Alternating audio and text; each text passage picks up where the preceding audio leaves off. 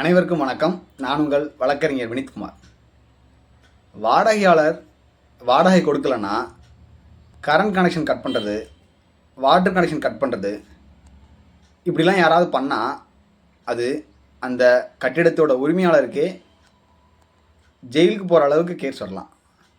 நிறைய உரிமையாளர்கள் என்ன பண்ணுறாங்கன்னா 2லேருந்து 3 மாதம் வாடகை பாக்கி வந்ததும் இபி கனெக்ஷன் கட் பண்ணுறது, வாட்டர் மோட்டரை கட் பண்ணுறது, மீட்டரை ரிமூவ் பண்ணுறது, 2 கொடுக்கலன்னா இதுதான் பனிஷ்மெண்ட்னு நினைக்கிறாங்க.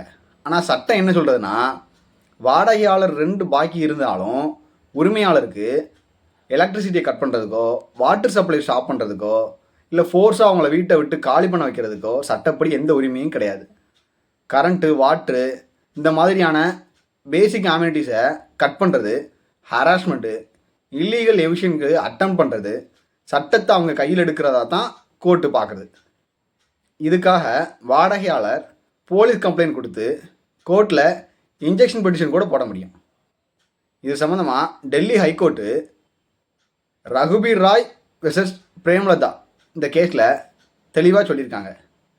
வாடகையாளர் வாடகை கொடுக்கலனாலும் உரிமையாளர் எலக்ட்ரிசிட்டியோ வாட்டர் கனெக்ஷனையோ கட் பண்ண முடியாது. பேசிக் அம்யூனிட்டிஸை டெனி பண்ணுறது இல்லீகல் அண்ட் பனிஷபிள் அஃபென்ஸ்னு சொல்லியிருக்காங்க. இந்த பிரின்சிபலை இந்தியன் கோர்ட் தொடர்ந்து ஃபாலோ பண்ணுது. அப்படின்னா உரிமையாளர் என்ன பண்ணணும்னு பார்க்கலாம். லீகல் நோட்டீஸ் அனுப்பணும், ரெண்ட் கண்ட்ரோல் கோர்ட்டுக்கோ இல்லை சிவில் கோர்ட்டுக்கோ போகணும். ரெண்ட் அரியர்ஸையும் எவிக்ஷன் ஆர்டர்ஸையும் வாங்கணும். கோர்ட் ஆர்டர் இல்லாமல் சட்டத்தை நீங்கள் கையில் எடுக்கக்கூடாது. கரண்ட் கட் பண்ணுனா அது கிரிமினல் கேஸ், காம்பன்சேஷன் பே பண்ண கூட கோர்ட் சொல்லலாம். கோர்ட் ஸ்ட்ரிக்டாக வார்னிங் பண்ணியிருக்காங்க இந்த மாதிரி விஷயங்களில். இறுதியாக இந்த மாதிரி பண்ணால் உரிமையாளர் தான் ப்ராப்ளம் வரும். உரிமையாளராக இருந்தாலும் வாடகையாளராக இருந்தாலும் சட்டம் தெரிஞ்சால் தான் சேஃபாக இருக்க முடியும்.